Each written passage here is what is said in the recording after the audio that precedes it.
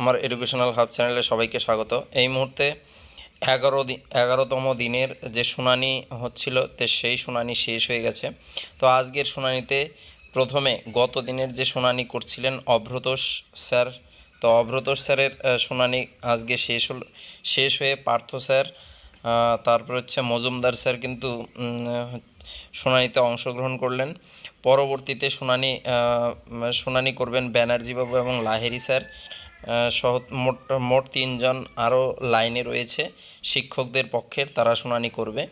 তো সেই শুনানিটা পরবর্তী ডেট 7ই আগস্ট ধার্য করা হয়েছে, নেক্সট হিয়ারিং ডেট।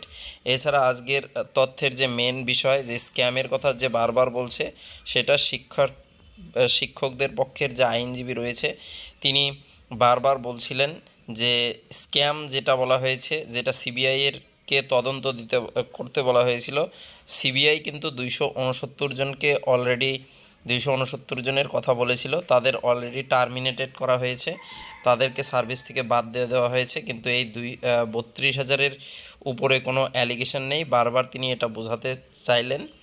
তো মেইনলি সেই 269 এবং 32,000-এর যে ব্যাপারটা তিনি বোঝালেন। তারপর পেনশন হোল্ডারদের সম্পর্কেও কিছু বললেন। তো পরবর্তী দিন যেটা ধার্য হলো সেটা 7ই আগস্ট শিক্ষকদের পক্ষের আরও দুইজন কিংবা 3জন আইনজীবী রয়েছে। লাহিড়ী স্যার, ব্যানার্জি স্যার রয়েছে, তারপর সেন স্যার রয়েছে। তারা এই 3জন মনে হয় সম্ভবত তারা শুনানি করবে, যেটা শেষের দিকে বলছিলেন বিচারপতি মহাশয়। তারপর হচ্ছে যারা পিটিশনার রয়েছে, পিটিশনারদের শুনানি শুরু হবে। তো এই ছিল আপডেটটা। ভালো লাগলে বন্ধুদের সাথে শেয়ার করে